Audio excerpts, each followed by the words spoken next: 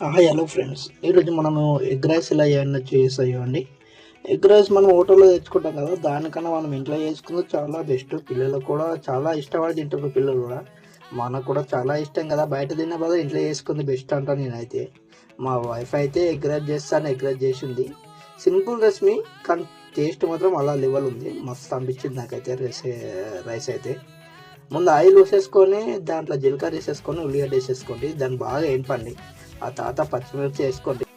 పచ్చిమిర్చి వేసుకున్న తర్వాత ఎగ్స్ వేసేసుకోండి. ఎగ్స్ మా దగ్గర అయితే ప్రస్తుతం రెండో ఉన్నాయి. ఈ రెండు ఉన్న ఎగ్స్ తోటి అయితే చేసేస్తానన్న వైఫ్. అది సరేపట్టు చెయ్యి మరి అని అన్న.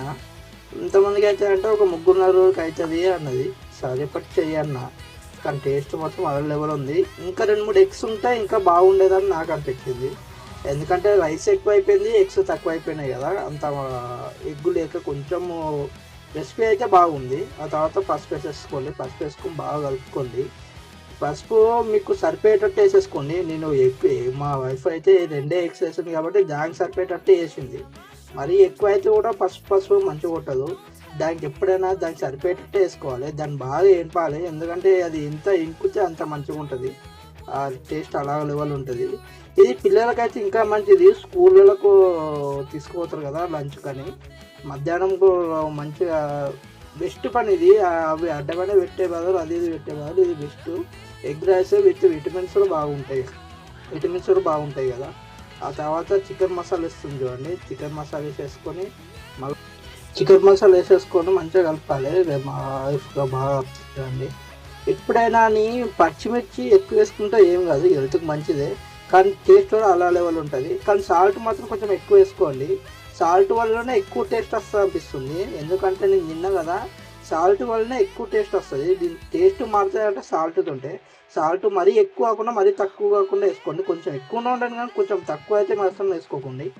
ఇక అట్లా వేసేసుకున్న తర్వాత ఒక నిమ్మకాయ పిండుకోండి. ఎందుకంటే ఖరాబ్ కాదు, మనం ఖరాబ్ కాకుండా విత్ టేస్ట్ కూడా చేంజ్ అవుతుంది, బాగుంటుంది.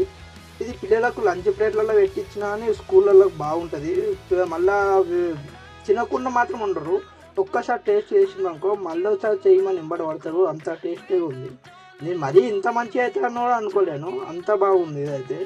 ఆ తర్వాత రైస్ మాత్రం మనము ఈవినింగ్ మిగిలింది రైస్ ఉంటుంది కదా, అదైనా వేసుకోవచ్చు. లేకపోతే వేడి వేడి వండుకొని దాంట్లో వేసుకున్నా నడుస్తుంది. టేస్ట్ మాత్రం చాలా బాగుంటుంది. మనం మిగిలిపోయిన అన్నం అయితే బెస్ట్ అనుకో. ఎందుకంటే మిగిలిపోయిన అన్నం వేస్ట్గా పడేస్తాం కదా, వేడి వేడిగా ఉంటే తింటారు ఇంట్లో అయినా అని. అట్లానే మిగిలిపోయిన అన్నంతో ఇది చేయండి. అది చాలా అంటే చాలా బాగుంటుంది. విటమిన్స్ కూడా ఎక్కువ ఉంటాయి వీటిలో.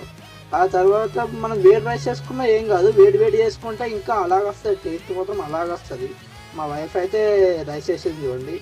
రైస్ మొత్తం బాగా మిక్స్ అయిపోయేదాకా కలపాలి. మొత్తం మిక్స్ కావాలి. కర్రీ మొత్తం ఏముండదు, కిందికి మొత్తం మిక్స్ అయితేనే బాగుంటుంది.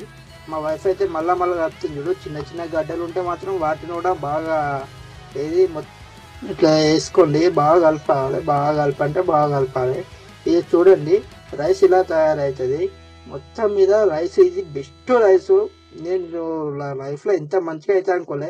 కొన్ని మిరపకాయలు మన బాయ్స్కు పెద్దవాళ్ళకైతే కొన్ని పెద్దగా మిరపకాయలు కోసుకొని దాన్ని బాగా ఎంపుకున్నాం.